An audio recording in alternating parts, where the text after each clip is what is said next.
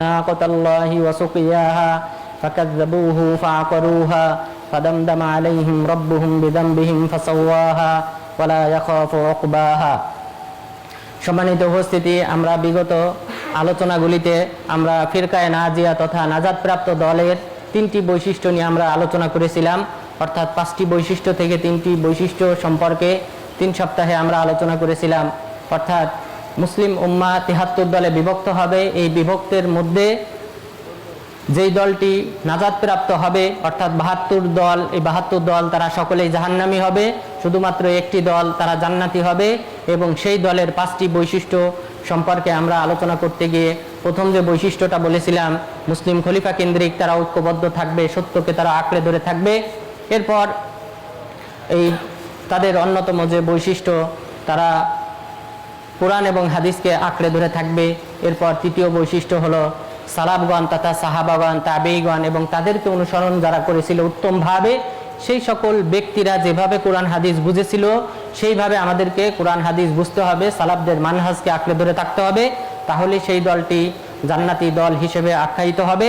এরপর চতুর্থ বৈশিষ্ট্য হিসেবে আমরা আলোচনা করেছিলাম, সংক্ষেপে বলেছিলাম শুধুমাত্র যে ওয়াসাতিয়া তথা মধ্যম পন্থা অবলম্বন করতে হবে, বাড়াবাড়ি করা যাবে না, চরম পন্থা অবলম্বন করা যাবে না, যাকে তাকে কাফের ফতোয়া দেওয়া যাবে না, এই চতুর্থ বৈশিষ্ট্য।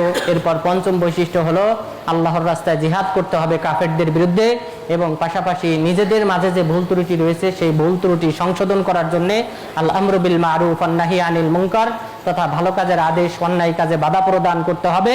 এইভাবে যেই দলটি এই 5টি বৈশিষ্ট্যকে আঁকড়ে ধরে থাকবে তারাই কেবলমাত্র নাজাতপ্রাপ্ত দল। এর বাহিরে যে সকল দল রয়েছে, এই 5টি বৈশিষ্ট্যের বাহিরে যাদের কার্যক্রম রয়েছে সেই সকল দল হলো ভ্রান্ত দল এবং প্রত্যেকটি হলো জাহান্নামী দলের অন্তর্ভুক্ত। তো আজকে যে বিষয়টি নিয়ে আলোচনা করব তা হলো এই ভ্রান্ত যে দল রয়েছে 72টি দল, 72টি দলই জাহান্নামী। সেই 72টি দলের একটি দল বা প্রথম দল, মুসলিমদের মধ্যে প্রথম যে ফাটল সৃষ্টি হয়, মুসলিমদের ঐক্যের বিনষ্ট যে ঘটানো হয়, সেই দলটি হলো খাওয়ারেজ দল। সেই খাওয়ারেজদের সম্পর্কে কিছু কথা আলোচনা করব এবং পরবর্তী সপ্তাহগুলিতে ধারাবাহিকভাবে ইনশাল্লাহ আমরা তাদের বৈশিষ্ট্য এবং তারা যে নানান দলে বিভক্ত হয়েছে এবং তাদের যে আলাদা আলাদা আকীদা রয়েছে সেই আকীদা সম্পর্কেও ইনশাল্লাহ আলোচনা করব। তো এই খাওয়ারেজ কাদেরকে বলা হয়, এটা হলো প্রথম প্রশ্ন। খাওয়ারেজ কাদেরকে বলা হয়? খাওয়ারেজ বলা হয় হুমুল্লাযীনা ইয়াখরুজুনা আলা আইম্মাতিল মুসলিমিনা আও জামাআতিহিম বিসসাইফি আও বিল্লিসান আও বিহিমা মান মুস্তাহিল্লিনা দিমাআহুম ওয়া মুকাফফিরিনা বিহিম ওয়া মুতাকাররাবিনা বিযালিকা ইলাল্লাহি আযজা ওয়া জাল। যে খাওয়ারেজ বলা হয় সেই সকল ব্যক্তিদেরকে যারা মুসলিম শাসকের বিরুদ্ধাচরণ করে, যারা মুসলিম শাসকের বিরুদ্ধাচরণ করে অস্ত্রের মাধ্যমে অথবা জবানের মাধ্যমে, এবং এই মুসলিম শাসকদেরকে কাফের মনে করে এবং তাদের রক্তপাতকে হালাল মনে করে, এবং এর পিছনে তাদের উদ্দেশ্য হলো আল্লাহ তাআলার সন্তুষ্টি অর্জন করা। তাহলে আল্লাহ তাআলার সন্তুষ্টির উদ্দেশ্যে, আল্লাহ তাআলার সন্তুষ্টি অর্জন করার উদ্দেশ্যে, আল্লাহ তাআলার নৈকট্য অর্জন করার জন্য যারা মুসলিম শাসককে কাফের ফতোয়া দেয়, তাদের রক্তপাতকে বৈধ মনে করে, তাদের হত্যা করা জায়েজ মনে করে এবং পাশাপাশি তাদের বিরুদ্ধাচরণ করে জবানের মাধ্যমে, বক্তৃতা করার মাধ্যমে, তাদের বিরুদ্ধে মানুষকে উস্কিয়ে দেওয়ার মাধ্যমে অথবা অস্ত্রের মাধ্যমে, সরকারের বিরুদ্ধে অস্ত্রের মাধ্যমে ঝাঁপিয়ে পড়ার মাধ্যমে, সরকারকে অস্ত্রের মাধ্যমে, শক্তির মাধ্যমে বল প্রয়োগ করে তাকে সিংহাসন থেকে নামানোর জন্য যেই পদক্ষেপ গ্রহণ যে সকল ব্যক্তিরা করে তাদেরকে বলা হয় খাওয়ারেজ। তাহলে এটা হলো খাওয়ারেজদের সংজ্ঞা। তাহলে খাওয়ারেজদের প্রথম যে বৈশিষ্ট্য সেটা হলো মুসলিম খলিফা কেন্দ্রিক। তাদের কার্যক্রমই হলো মুসলিম খলিফা কেন্দ্রিক। মুসলিম খলিফাকে কিভাবে হটানো যাবে এবং তাকে ক্ষমতাচ্যুত করা যাবে এই বিষয়ে যারা কার্যক্রম করে, এবং সেটা হবে পরকালীন উদ্দেশ্যে, দুনিয়া অর্জনের জন্য নয়। দুনিয়ার অর্জনের জন্য যদি কেউ করে থাকে তাহলে তাদেরকে বুগাত বলা হয়। ইসলামী পরিভাষা একটাকে আরেকটার সাথে মিশানো যাবে না। একটা হলো খাওয়ারেজ, আরেকটা হলো বুগাত। খাওয়ারেজ বলা হয় যারা পরকালের সন্তুষ্টি অর্জনের জন্য মুসলিম খলিফাকে হটাতে চায় তাদেরকে বলা হয় খাওয়ারেজ। আর যারা দুনিয়া অর্জনের জন্য, দুনিয়ার মান সম্মান অর্জন করার জন্য, শাসক হওয়ার জন্য অথবা অর্থ সম্পদ বানানোর জন্য যে সকল ব্যক্তিরা শাসকের বিরুদ্ধাচরণ করে, যেমন আমাদের দেশের বা অন্যান্য দেশের যে সকল দেশে গণতন্ত্র রয়েছে, তারা কিন্তু অপর শাসককে হটানোর জন্য যে চেষ্টাটা করে সেটা করে শুধুমাত্র দুনিয়া অর্জনের জন্য। যে সে যদি ক্ষমতায় আসে বেনিফিট পাবে, লাভবান হবে, এটাকে বলা হয় বুগত, অর্থাৎ বাড়াবাড়িকারী, সীমালঙ্ঘনকারী। তো এই বুগত একটা জিনিস আর খাওয়ারেজ হলো আরেকটা জিনিস। তো খাওয়ারেজ যেটা, এটা হলো ফিরকায়ে বাতিলার অন্তর্ভুক্ত। অর্থাৎ ফিরকায়ে বাতিলা বলতে ফিরকা কাকে বলা হয়? ফিরকা বলা হয় যে সাহাবাগণ তাবিগণ যেই আকীদা পোষণ করতেন, সেই আকীদার কোনো একটা আকীদায় যদি ভিন্ন মত অবলম্বন করে তাহলে সেটাকে ফিরকায়ে বাতিলা বলা হয়। যেমন তাকদীর, তাকদীরের ব্যাপারে সালাফদের যে আকীদা, আল্লাহ তাআলা তাকদীর নির্ধারণ করেছেন এবং এই তাকদীর আল্লাহ তাআলা দুই ভাগে বিভক্ত করেছেন, তাকদীর কাউনিয়া এবং শারঈয়া। অর্থাৎ দুনিয়াতে যে সকল বিষয়গুলি ঘটে সেগুলি সবগুলি আল্লাহ তাআলা চান যে ঘটুক, কিন্তু সব কাজের ক্ষেত্রে আল্লাহ সন্তুষ্টি থাকে না। যেমন অন্যায় অশ্লীল কাজ আল্লাহ তাআলা চান পৃথিবীতে ঘটুক কোনো হিকমার কারণে, কিন্তু আল্লাহ তাআলা এটাকে পছন্দ করেন না, ঘৃণা করেন। তো এটাকে বলা হয় কাউনিয়া।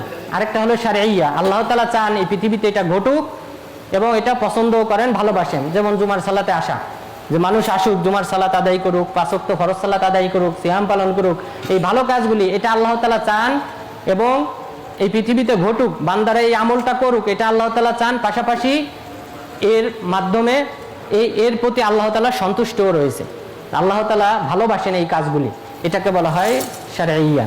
তাহলে এই তাকদীরের ব্যাপারে ভিন্ন পথ অবলম্বন যদি কেউ করে, যেমন কাদারিয়ারা, তাকদীর অস্বীকারীরা, তারা বলেছে যে এই মহাবিশ্বে যে সকল অন্যায় কাজ ঘটে এটার জন্য বান্দা দায়ী, এটা আল্লাহ তাআলা আগে থেকেও জানেন না, বান্দা করার পর তারপর আল্লাহ তাআলা জানেন, নাউযুবিল্লাহ। তো এই যে ভিন্ন পথ অবলম্বন করলো, এই কারণে তাদেরকে বলা হয় ফিরকায়ে বাতিলা, ভ্রান্ত দল আকীদার ক্ষেত্রে। ঠিক অনুরূপভাবে খাওয়ারেজরা, তারা পরকালীন বিষয়টাকে কেন্দ্র করে গুরুত্ব দিয়ে তারা ভিন্ন মত পোষণ অবলম্বন করেছে, ভিন্ন মত তারা পোষণ করে থাকে খলিফাদের ক্ষেত্রে। তারা মনে করে খলিফার বিরুদ্ধাচরণ করা জায়েজ। এটা হলো মাত্র একটা আকীদা, তাদের অনেক আকীদার একটা আকীদা। তো এটা হলো খাওয়ারেজদের সংজ্ঞা। এরপর খাওয়ারেজদের নাম, খাওয়ারেজদের মোট 13টি নাম মুসলিম যে সকল আলেমগণ খাওয়ারেজদের সম্পর্কে বা ফিরকায়ে বাতিলা সম্পর্কে যারা লিপিবদ্ধ করেছেন, যারা লেখনী লিখেছেন, সেই সকল আলেমগণ তা খাওয়ারেজদের মোট 13টি নাম উল্লেখ করেছেন। প্রথম যে নাম, প্রসিদ্ধ নাম, সেটা হলো খাওয়ারেজ। এরপর দ্বিতীয় নাম হলো আর হারুরিয়া, 3 নম্বর নাম হলো আহলুন নাহারওয়ান, 4 নম্বর হলো আল বুগাত, এরপরে 5 নম্বর হলো আসসাবাইয়া, এরপর 6 নম্বর হলো আশুরাত, 7 নম্বর হলো আশাক্কাকিয়া, এরপর 8 নম্বর হলো আল মারিকা, 9 নম্বর হলো আল মুহাক্কিমা, 10 নম্বর হলো আল মুকাফিরা, এরপর 11 নম্বর হলো আল কুররা, এরপরে 12 নম্বর হলো আন নাসিবা, এরপর 13 নম্বর হলো আল ওয়াইদিয়া। এই মোট 13টি নাম আলেমগণ উল্লেখ করেছেন খাওয়ারেজদের নামের ক্ষেত্রে। এই প্রতিটি নামেরই আলাদা আলাদা কারণ রয়েছে, কিন্তু এই কারণগুলো আমাদের জানার তেমন কোনো প্রয়োজন নেই। এরপর এই খাওয়ারেজদের যে প্রধান আকীদা, যে সকল আকীদার ক্ষেত্রে খাওয়ারেজরা একমত পোষণ করেছে, অর্থাৎ খাওয়ারেজরা নানান দলে বিভক্ত, তাদের প্রায় 30টার মতো ফিরকা রয়েছে। খাওয়ারেজদের মধ্যেই আলাদা আরও 30টার মতো ফিরকায়ে বাতিলা রয়েছে। তো তাদের মধ্য থেকে সাধারণত খাওয়ারেজরা সবাই একমত পোষণ করেছে যে সকল আকীদা, তার মধ্যে প্রথম আকীদা হলো যে আবু বকর রাদিয়াল্লাহু আনহু এবং ওমর রাদিয়াল্লাহু আনহু তারা খুলাফায়ে রাশেদার অন্তর্ভুক্ত, অর্থাৎ তারা ন্যায়পরায়ণ শাসক হিসেবে গণ্য, তারা ন্যায়পরায়ণ শাসক ছিলেন। কিন্তু তারপরে যে সকল মুসলিম খলিফা এসেছেন, আলী রাদিয়াল্লাহু আনহু, উসমান বিন আফফান রাদিয়াল্লাহু আনহু এবং মুআবিয়া ইবনে আবি সুফিয়ান, এর পরবর্তী যে সকল শাসকগণ এসেছেন তারা সকলেই কাফের, নাউযুবিল্লাহ। তাহলে এটা হলো তাদের মারাত্মক ফতোয়া। এবং সালাফদেরকে তথা সাহাবাদেরকে প্রথম যারা অপমানিত করেছে, লাঞ্ছিত করেছে এবং সালাফদের বিরুদ্ধে প্রথম যারা উক্তি করেছে তারাই হলো খাওয়ারেজ সম্প্রদায়। এবং তারা উসমান বিন আফফান রাদিয়াল্লাহু আনহু পাশাপাশি আলী বিন আবি তালেব রাদিয়াল্লাহু আনহুকে কাফের ফতোয়া দিয়েছে, নাউযুবিল্লাহ। অথচ ওই হাদিসে যেখানে আবু বকর রাদিয়াল্লাহু আনহুর কথা উল্লেখ করা হয়েছে, সেখানেই রাসূল সাল্লাল্লাহু আলাইহি সাল্লাম এই দুইজন সাহাবীকে জান্নাতের শুভ সংবাদ দিয়েছেন। রাসূল সাল্লাল্লাহু আলাইহি ওয়াসাল্লাম বলেছেন, আবু বকরিন ফিল জান্নাহ, ওমর ফিল জান্নাহ, ওয়া উসমান ফিল জান্নাহ, ওয়া আলী ফিল জান্নাহ। একই হাদিসে 10 জন সাহাবীকে জান্নাতের শুভ সংবাদ দিলেন। প্রথম যে 4 জনের নাম উল্লেখ করেছেন, প্রথমে আবু বকর রাদিয়াল্লাহু আনহু, এরপর ওমর রাদিয়াল্লাহু আনহু, এরপর ওসমান বিন আফফান রাদিয়াল্লাহু আনহু, এরপর আলী বিন আবি তালেব রাদিয়াল্লাহু আনহু চতুর্থ। তাহলে এই চারজন খলিফার নাম রাসূল সাল্লাল্লাহু আলাইহি ওয়াসাল্লাম ধারাবাহিকভাবে প্রথমে উল্লেখ করেছেন এবং বলেছেন তারা হলেন জান্নাতি। তো যে সকল ব্যক্তিদেরকে রাসূল সাল্লাল্লাহু আলাইহি ওয়াসাল্লাম জান্নাতি বলেছেন তাদেরকে যারা কাফের ফতোয়া দেয় তারাই হলো খাওয়ারেজ, এবং তারাই প্রথম কাফের ফতোয়া দিয়েছে। এর পরবর্তীতে আরো অন্যান্য দল তৈরি হয়েছে, তারা এই সাহাবাদেরকে কাফের ফতোয়া দিয়েছে, কিন্তু প্রথম যারা সাহাবাদের প্রতি জুলুম করেছে, সাহাবাদেরকে গালি দিয়েছে, তারা হলো এই খাওয়ারেজ সম্প্রদায়। তাহলে এই হাদিসে আমরা জানলাম চারজন সাহাবীকে রাসূল সাল্লাল্লাহু আলাইহি ওয়াসাল্লাম জান্নাতের শুভ সংবাদ দিয়েছেন। ওসমান বিন আফফান রাদিয়াল্লাহু আনহুকে বীরে আরিস তথা বর্তমান যে কুবা মসজিদ, এই কুবা মসজিদের দক্ষিণ পাশে দেখবেন বীরে আরিস তথা আরিস নামক একটা কূপ, বীরে খাতাম, রাসূল সাল্লাল্লাহু আলাইহি সাল্লামের আংটি, এই নামে একটা কূপ রয়েছে। সেই কূপের কিছু চিহ্ন আলামত দেওয়া আছে। শুধুমাত্র ওই জায়গায় রাসূল সাল্লাল্লাহু আলাইহি ওয়াসাল্লাম তিনজন সাহাবীকে জান্নাতের শুভ সংবাদ দিয়েছিলেন। রাসূল সাল্লাল্লাহু আলাইহি ওয়াসাল্লাম আবু মুসা আল-আশআরী রাদিয়াল্লাহু আনহুকে বলেছিলেন, যখন আবু বকর রাদিয়াল্লাহু আনহু এই বাগানে ঢোকার জন্য কড়া নাড়লেন, তখন তাকে বলেছিলেন ইযান লাহু ওয়া বাশশিরহু বিল জান্নাহ, যাও তুমি তাকে প্রবেশের অনুমতি দাও এবং তাকে জান্নাতের শুভ সংবাদ দান করো। এরপর দ্বিতীয় যখন ওমর রাদিয়াল্লাহু আনহু আসলেন, তাকেও একই কথা বললেন, যাও তুমি তাকে অনুমতি দাও এবং জান্নাতের শুভ সংবাদ প্রদান করো। ওসমান বিন আফফান রাদিয়াল্লাহু আনহু যখন আসলেন, অনুমতি চাইলেন এই বীরে আরিসের কাছে প্রবেশের, তখন আবু মুসা আল-আশআরী রাদিয়াল্লাহু আনহুকে বললেন ইযান লাহু ওয়া বাশশিরহু বিল জান্নাহ আলা বালওয়া তুসিবহু, যাও তুমি তাকে প্রবেশের অনুমতি প্রদান করো এবং পাশাপাশি জান্নাতের শুভ সংবাদ প্রদান করো অনেক বালা মুসিবতের উপর। তিনি অনেক বালা মুসিবতের সম্মুখীন হবেন, তবে জান্নাতি হবেন, সুতরাং তুমি তাকে জান্নাতের শুভ সংবাদ দান করো। তো যেই ব্যক্তিকে রাসূল সাল্লাল্লাহু আলাইহি ওয়াসাল্লাম জান্নাতের শুভ সংবাদ দিয়েছেন, সেই ব্যক্তিকে কাফের ফতোয়া দেয় খাওয়ারেজ সম্প্রদায়।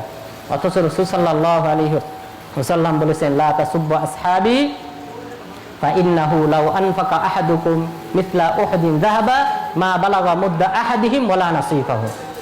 তোমরা আমার সাহাবাদেরকে গালি দিও না, কেননা তোমরা যদি উহুদ পাহাড় সমান স্বর্ণের পাহাড় আল্লাহর রাস্তায় ব্যয় করো, তবে তারা যদি এক মুদ সমপরিমাণ, এক মুদ দুই হাতের মুষ্টিতে যে পরিমাণ চাউল ওঠে, এই পরিমাণ চাউল তারা যদি আল্লাহর রাস্তায় দান করে থাকে আর তোমরা যদি স্বর্ণের পাহাড় দান করো, তাহলে দুইটা সমান হবে না।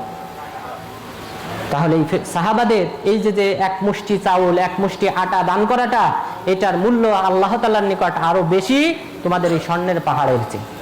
তাহলে সেই সকল সাহাবাদেরকে গালি দিতে রাসূল সাল্লাল্লাহু আলাইহি ওয়াসাল্লাম নিষেধ করেছেন।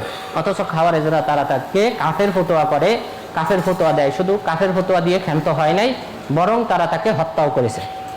এই খাওয়ারেজরাই আলী রাদিয়াল্লাহু আনহুকে এবং ওসমান বিন আফফান রাদিয়াল্লাহু আনহুকে হত্যার ক্ষেত্রে দুইটা দল শরীক হয়েছিল। একটা হলো খাওয়ারেজ, পাশাপাশি শিয়া। খাওয়ারেজ এবং শিয়া আব্দুল্লাহ ইবনে সাবা আল ইয়াহুদির নেতৃত্বে এই দুইটা গ্রুপই মিলে ওসমান রাদিয়াল্লাহু আনহুকে হত্যা করেছিল, আলী রাদিয়াল্লাহু আনহুকে হত্যা করেছিল এই খাওয়ারেজ সম্প্রদায়। তাহলে খাওয়ারেজদের প্রথম আকীদা হলো আলী রাদিয়াল্লাহু আনহু, ওসমান বিন আফফান রাদিয়াল্লাহু আনহু তারা হলেন কাফের, নাউজুবিল্লাহ। এরপর খাওয়ারেজরা যে বিষয়ে একমত পোষণ করেছে তার মধ্যে অন্যতম হলো মুসলিম শাসকের বিরুদ্ধাচরণ করা যাবে। মুসলিম শাসক যদি কোনো প্রকার জুলুম করে, তাহলে সেই জুলুমের বিরুদ্ধে প্রতিবাদ করা যাবে, তার বিরুদ্ধে জিহাদ করা যাবে এবং তাকে ক্ষমতাচ্যুত করা যাবে। এই বিষয়ে তারা একমত পোষণ করেছে। খাওয়ারেজরা সকলেই একমত পোষণ করেছে এই পয়েন্টে। তবে আমরা যদি হাদিসে দেখি, হাদিস যদি আমরা পর্যবেক্ষণ করি, তাহলে আমরা স্পষ্টভাবে বুঝতে পারি যে প্রকৃতপক্ষে এই মুসলিম শাসকের বিরুদ্ধাচরণ করা যাবে একটা অবস্থায়, সেটা হলো যদি তিনি স্পষ্ট কুফরিতে লিপ্ত হন। জুলুমের কারণে মুসলিম শাসকের বিরুদ্ধাচরণ করা যাবে না। মুসলিম শাসকের হাত থেকে বায়াত যে করা হয়েছিল, সেই বায়াতের হাত তুলে নেওয়া যাবে না, বরং তার বায়াত ঠিক রাখতে হবে যদি জুলুমও করে।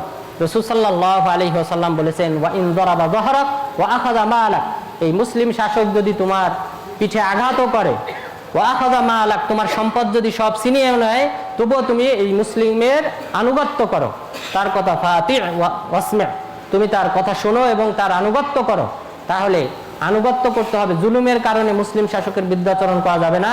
তবে ইল্লা আন তারাউ কুফরান বাওয়াহ, রাসূল সাল্লাল্লাহু আলাইহি ওয়াসাল্লামকে সাহাবাগণ বললেন, আফালা নুনাবিদুহুম বিসাইফ, আমরা কি তলোয়ারের মাধ্যমে ফয়সালা করব না? রাসূল সাল্লাল্লাহু আলাইহি সাল্লাম বললেন যে না, তলোয়ারের মাধ্যমে ফয়সালা করবে না, ইল্লা আন তারাউ কুফরান বাওয়াহ, তবে যদি তোমরা স্পষ্ট কুফরিতে লিপ্ত হতে দেখো, ওয়া ইনদাকুম মিনাল্লাহি বুরহান, এবং তোমাদের কাছে স্পষ্ট প্রমাণ রয়েছে যে হ্যাঁ তিনি স্পষ্ট কুফরিতে লিপ্ত হয়েছে।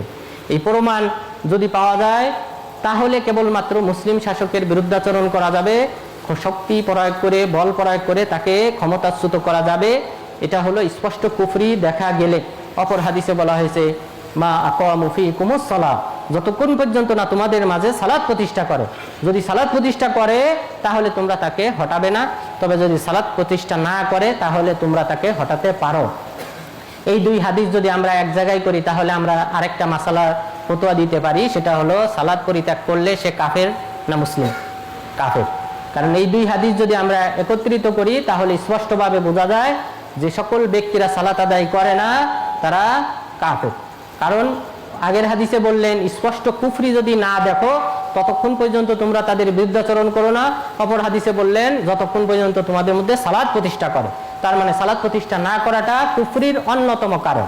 সুতরাং আমাদেরকে অবশ্যই, আমরা মুসলিম পরিচয় দিই কিন্তু সালাত আদায় করি না, অধিকাংশ মুসলিমের পরিস্থিতি এমন হয়েছে, সুতরাং আমাদেরকে অবশ্যই সালাত আদায় করতে হবে।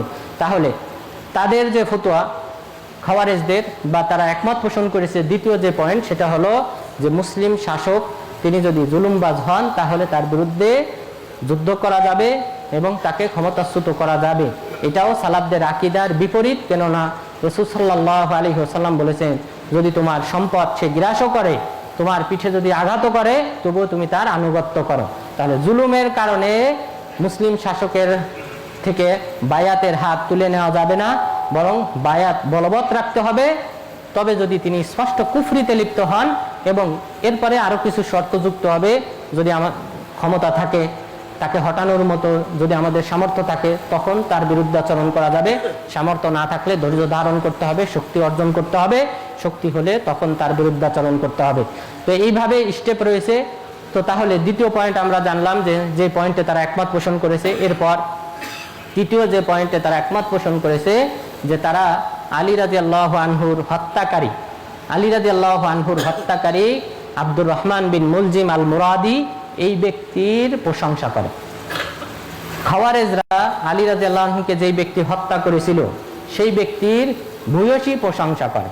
যেমন বর্তমান যে ইরান রয়েছে, এই ইরানের এই শিয়ারা ওমর ইবনুল খাত্তাব রাদিয়াল্লাহু আনহুকে যেই মাজুসি তথা অগ্নির পূজারী আবু লুলু আল মাজুসি হত্যা করেছিল, সেই ব্যক্তিকে যেমন ভাবে পূজা করে, সম্মান করে, এবং ইরানে তার নামে বাবে সুজা নামে একটা মাজার তৈরি করেছে এবং এখানে তারা ভক্তি করে, সম্মান জানায়, শ্রদ্ধা জানায়। ঠিক অনুরূপ ভাবে খাওয়ারেজরাও আলী রাদিয়াল্লাহু আনহুর হত্যাকারী আব্দুর রহমান বিন মুলজিমকে সম্মান করে, শ্রদ্ধা করে। নাউযুবিল্লাহ। এই পয়েন্টে তারা সকলে একমত হয়েছে। এরপর তারা চতুর্থ যে পয়েন্টে একমত পোষণ করেছে খাওয়ারেজরা, সেটা হলো তানফিযু ওয়াদিল্লাহ ওয়া ওয়াঈদিহি। আল্লাহ তাআলা যে সকল প্রতিশ্রুতি দিয়েছেন কোরআনে এবং হাদিসে, সেই সকল প্রতিশ্রুতি বাস্তবায়ন করা আল্লাহ তাআলার উপর ফরজ, এবং তিনি যে সকল শাস্তির হুমকি দিয়েছেন সেই সকল শাস্তি বান্দাদেরকে দেওয়া আল্লাহর উপর ফরজ, ওয়াজিব। নাউযুবিল্লাহ। প্রথম পয়েন্ট, আল্লাহ তাআলা যে ওয়াদা দিয়েছেন অবশ্যই সেটা আল্লাহ তাআলা পূর্ণ করবেন। এই পয়েন্টে কোনো ইখতিলাফ নেই। এবং এটা পূর্ণ করাটা, যে আপনি কাউকে একটা প্রতিশ্রুতি দিয়েছেন পুরস্কার দেওয়ার, সেই পুরস্কারটা আপনি দেবেন, এটাই হলো প্রশংসনীয় আমল। তো মহান রব্বুল আলামিন সেই কথাই বলেছেন, ইন্না ওয়াদাল্লাহি হক, নিশ্চয়ই আল্লাহ তাআলার প্রতিশ্রুতি হলো সত্য। লা ইউখলিফুল্লাহু ওয়াদা, আল্লাহ তাআলা তার প্রতিশ্রুতি কখনোই ভঙ্গ করেন না। সুতরাং আল্লাহ তাআলা, আমরা ভালো আমল করলে আল্লাহ তাআলা যে জান্নাতের প্রতিশ্রুতি দিয়েছেন, কবরের শাস্তি থেকে মুক্তি দেওয়ার যে প্রতিশ্রুতি দিয়েছেন, সেগুলি আল্লাহ তাআলা বাস্তবায়ন করবেন। এটা আল্লাহ তাআলা বাস্তবায়ন করবেন, এটা আমরা বলতে পারি না। আল্লাহ তাআলার উপর ওয়াজিব, আল্লাহ তাআলার উপর ফরজ। আমাদের ফরজ করার অধিকার কে দিয়েছে? এরপর দ্বিতীয় পয়েন্ট যেটা, যে যদি শাস্তির কথা বলে থাকেন, আল্লাহ তাআলা কোরআনে বলেছেন স্বেচ্ছায় কোনো ব্যক্তিকে হত্যা করবে, স্বেচ্ছায় যদি কোনো ব্যক্তিকে হত্যা করে তাহলে আল্লাহ তাআলা তাকে চিরস্থায়ীভাবে জাহান্নামে রাখবেন। তো সুতরাং এই খাওয়ারেজদের আকীদা হলো আল্লাহ তাআলা যেহেতু বলেছেন তাদেরকে চিরস্থায়ীভাবে জাহান্নামে রাখবেন, সুতরাং আল্লাহ তাআলার উপর ওয়াজিব হলো, ফরজ হলো তাকে চিরস্থায়ীভাবে জাহান্নামে রাখা। নাউজুবিল্লাহ। এখানে যদি আমরা দেখি শাস্তির বিষয়ে মাফ করে দেওয়াটা হলো শ্রেষ্ঠ বৈশিষ্ট্য। শাস্তির বিষয়ে প্রতিশ্রুতি পূর্ণ করাটা এটা গুণের বিষয় না, এটা সিফাত না, বরং সিফাত হলো মাফ করে দেওয়া। সুতরাং আল্লাহ তাআলা অসংখ্য বান্দাকে অনেক পাপ করলেও আল্লাহ তাআলা ক্ষমা করবেন। এই ক্ষমার গুণটা হলো মহৎ গুণ, এই শাস্তির প্রতিশ্রুতি দিয়ে সেটা ভঙ্গ করার চেয়ে। সুতরাং আল্লাহ তাআলার উপর আবশ্যক না যে কাউকে শাস্তি দেওয়ার কথা বলেছেন সেই শাস্তি বাস্তবায়ন করবেন, বরং আল্লাহ তাআলা অসংখ্য বান্দাকে ক্ষমা করে দিবেন, জান্নাত দান করবেন, সুযোগ করে দিবেন ফেরেশতাদেরকে সুপারিশ করার, নবীদেরকে সুপারিশ করার, মুমিন বান্দাদেরকে সুপারিশ করার, আলেমদেরকে সুপারিশ করার আল্লাহ তাআলা সুযোগ দেবেন। কিয়ামত দিবসে সংখ্যা নির্ধারণ করে দিবেন। অনেককে বলবেন একজন ব্যক্তির ব্যাপারে সুপারিশ করতে, অনেককে একটা গ্রাম, অনেক একটা এলাকা, একটি উম্মত, একটি দলকে সুপারিশ করার অনুমতি দেবেন। এটা আল্লাহ তাআলার রহমতে। এটাকে বলা যাবে না যে আল্লাহর উপর আবশ্যক এটা বাস্তবায়ন করাটা, অর্থাৎ শাস্তির বিষয়টা বাস্তবায়ন করা আবশ্যক না, বরং এখানে ক্ষমা করাটা হলো মহৎ গুণ। সুতরাং আল্লাহ তাআলা ক্ষমা করবেন, এটাই হলো সালাফদের আকীদা। এবং রাসূল সাল্লাল্লাহু আলাইহি ওয়াসাল্লাম বলেছেন, শাফাআতি লি আহলিল কাবাইর মিন উম্মতি, আমার সুপারিশ তো হবে আমার উম্মতের কবিরা গুনাহকারীদের জন্য। সুবহানাল্লাহ। রাসূল সাল্লাল্লাহু আলাইহি ওয়াসাল্লাম বললেন, আমার সুপারিশ তো আমার উম্মতের কবিরা গুনাহকারীদের জন্য। আর খাওয়ারেজরা বলতেছে যে না, সুপারিশ চলবে না, সুপারিশের হাদিস যতগুলি রয়েছে সবগুলি তারা অস্বীকার করেছে এবং বলে যে না, আল্লাহ তাআলার উপর আবশ্যক হলো শাস্তিটা দেওয়া। নাউজুবিল্লাহ। তাহলে এই পয়েন্টেও তারা সালাফদের আকীদার বিরুদ্ধাচরণ করেছে। এরপর খাওয়ারেজদের যে সকল আকীদা রয়েছে তারা একমত পোষণ করেছে। তার মধ্যে অন্যতম হলো যে কবরের যে শাস্তি রয়েছে, এই কবরের শাস্তি হবে না, কবরের কোনো শাস্তি নেই। কবরের শাস্তি সম্পূর্ণরূপে তারা অস্বীকার করেছে। জাহান্নামের শাস্তিকে স্বীকার করে, কিন্তু কবরের শাস্তি তারা অস্বীকার করে যে কবরে কোনো শাস্তি হবে না, কবরে রাখা হবে এবং হাসরের ময়দানে যখন উঠবে তখন বিচার আচার হবে। নাউজুবিল্লাহ। তাহলে এখানে কতগুলো হাদিস অস্বীকার করলো। কবরে রাখার পর ইন্নাল মাইয়িতা ইযা উযিয়া ফি কবরিহি ফাইন কানা মুমিনান, যে হাদিসগুলি এসেছে, কবরে রাখার পর সাথে সাথে কবরে কি করা হবে? জম্মা, কবরে প্রথম একটা চাপ দেওয়া হবে, সেটা মুমিন হোক কাফের হোক সবাইকে এই কবরের চাপটা দেওয়া হবে। কেন দেওয়া হবে? এ ব্যাপারে সালাফগণ বলেছেন যে এর পিছনে মূল কারণ হলো সেই ব্যক্তি যেন পরকালীন জীবনের যেন উপযুক্ত হয়। যদি সে মুমিন হয়, পরকালীন যে জান্নাতের সাথে সংযোগ করে দেওয়া হবে, সেই জান্নাতের নিয়ামত উপভোগ করার যেন সে উপযুক্ত হয়, এই কারণে মুমিনকে চাপ দেওয়া হবে। কাফেরকে চাপ দেওয়া হবে যেন সে জাহান্নামের শাস্তি অনুভব করতে পারে, এই কারণে তাকে চাপ দেওয়া হবে। তো এই যে চাপ, জম্মাতুল কবর, এই কবরের শাস্তি তারা অস্বীকার করে। এরপর ফেরেশতা আসবেন, মুনকার নাকির আসবেন, জিজ্ঞাসাবাদ করবেন, 4টি প্রশ্ন করবেন। এর উত্তর দিতে পারলে তাহলে জান্নাতের সাথে নিয়ামতের সংযোগ করে দেওয়া হবে, উত্তর দিতে না পারলে জাহান্নামের সাথে সংযোগ করে দেওয়া হবে। এরপর তার যে বদ আমল রয়েছে সেই বদ আমলকে একটা কালো আকৃতি রূপ দান করা হবে, ভয়ঙ্কর রূপ দান করা হবে এবং তার থেকে দুর্গন্ধ ছড়াতে থাকবে এবং তার পাশে এসে অবস্থান করবে স্থায়ীভাবে। নাউজুবিল্লাহ। এবং সেই দুর্গন্ধ থেকে সে কষ্ট পেতে থাকবে। তাহলে এইভাবে নানান ধরনের শাস্তি। এরপর লাহুম মাকামিউ মিন হাদিদ, লোহার হাতুড়ি থাকবে, হাতুড়ি দিয়ে পিটানো হবে। এরপর যদি কোনো ব্যক্তি ফরজ সালাতের সময় ঘুমিয়ে থাকে তাহলে কবরে তার মাথাকে পাথর দিয়ে চূর্ণ বিচূর্ণ করা হবে। যেহেতু সালাত আল্লাহ তাআলা শ্রেষ্ঠ ইবাদত, এটাকে নষ্ট করলে ঘুমের কারণে আল্লাহ তাআলা তার যে শ্রেষ্ঠ অঙ্গ তথা ব্রেন, মাথা, সেই মাথাকে পাথর দিয়ে চূর্ণ বিচূর্ণ করা হবে। নাউজুবিল্লাহ। যেটা রাসূল সাল্লাল্লাহু আলাইহি ওয়াসাল্লাম মিরাজের রাত্রিতে দেখে এসেছেন। তাহলে এই জাতীয় যত কবরের শাস্তির আয়াত এবং হাদিস রয়েছে সবগুলি তারা অস্বীকার করে। নাউজুবিল্লাহ। তাহলে খাওয়ারেজরা তারা এই কবরের শাস্তিকে অস্বীকার করে। এরপর খাওয়ারেজদের অন্যতম আরেকটি আকীদা হলো, যে বিষয়ে তারা একমত পোষণ করেছে, তারা দাজ্জালকে অস্বীকার করে। নাউজুবিল্লাহ। অথচ রাসূল সাল্লাল্লাহু আলাইহি ওয়াসাল্লাম বলেছেন, আমার পূর্বে এমন কোন নবী অতিবাহিত হন নাই যেই নবী দাজ্জাল সম্পর্কে তার বান্দাদেরকে, তার উম্মতকে সতর্ক করেন নাই। প্রত্যেক নবী তার উম্মতকে দাজ্জাল সম্পর্কে সতর্ক করেছেন। দাজ্জালের ফিতনা ভয়ঙ্কর একটা ফিতনা হবে। একজন ব্যক্তি যাকে আল্লাহ তাআলা সৃষ্টি করে রেখেছেন এবং তামিম আদ-দারি রাদিয়াল্লাহু আনহু, তিনি পাহাড়ে দেখে, সেই দ্বীপে, একটা সমুদ্রের মধ্যে দ্বীপে গিয়ে তিনি সেখানে দেখে এসেছেন। দেখে এসে রাসূল সাল্লাল্লাহু আলাইহি ওয়াসাল্লামকে হাদিস বর্ণনা করেছেন, আল্লাহ রাসূল, আমি দাজ্জালকে এইভাবে দেখেছি, শিকলে আবদ্ধ করা অবস্থায় রাখা হয়েছে। তাকে আমি দেখেছি দাব্বাতুল আরদ নামে যে একটা প্রাণী বের হবে, তাকেও সৃষ্টি করে রাখা হয়েছে। দাজ্জালের পূর্বে তাকে বের হওয়ার অনুমতি দেওয়া হবে। আমি সেই ঘটনা বাস্তবে দেখে এসেছি। রাসূল সাল্লাল্লাহু আলাইহি ওয়াসাল্লাম তিনি একজন ব্যক্তি থেকে হাদিস বর্ণনা করেছেন, আর তিনি হলেন শুধুমাত্র এই তামিম আদ-দারি রাদিয়াল্লাহু আনহু। অথচ খাওয়ারেজরা এই দাজ্জালকে অস্বীকার করে। সুতরাং এই যে কয়েকটি আমরা পয়েন্ট বললাম, এই পয়েন্টে খাওয়ারেজরা তারা ভিন্ন মত পোষণ করেছেন, সালাফগণ যে আকীদা পোষণ করতেন তার চেয়ে ভিন্ন মত পোষণ করেছেন। সুতরাং আমরা এই খাওয়ারেজদের যে আকীদা রয়েছে তা থেকে দূরে থাকব। আল্লাহ তাআলা যেন আমাদের মুসলিম উম্মাহকে কোরআন এবং সুন্নাহকে আঁকড়ে ধরার মাধ্যমে আল্লাহ তাআলার দ্বীনকে প্রতিষ্ঠিত করার তৌফিক দান করেন এবং এই দ্বীনের উপর অটল থাকার তৌফিক দান করেন, এবং যে সকল ভ্রান্ত দল রয়েছে সেই সকল ভ্রান্ত দলের আকীদা থেকে যেন আল্লাহ তাআলা আমাদেরকে হেফাজত করেন। আমিন। ওয়া সাল্লাল্লাহু আলা নাবিয়িনা মুহাম্মদ ওয়া আলা আলিহি ওয়া সাহবিহি আজমাইন।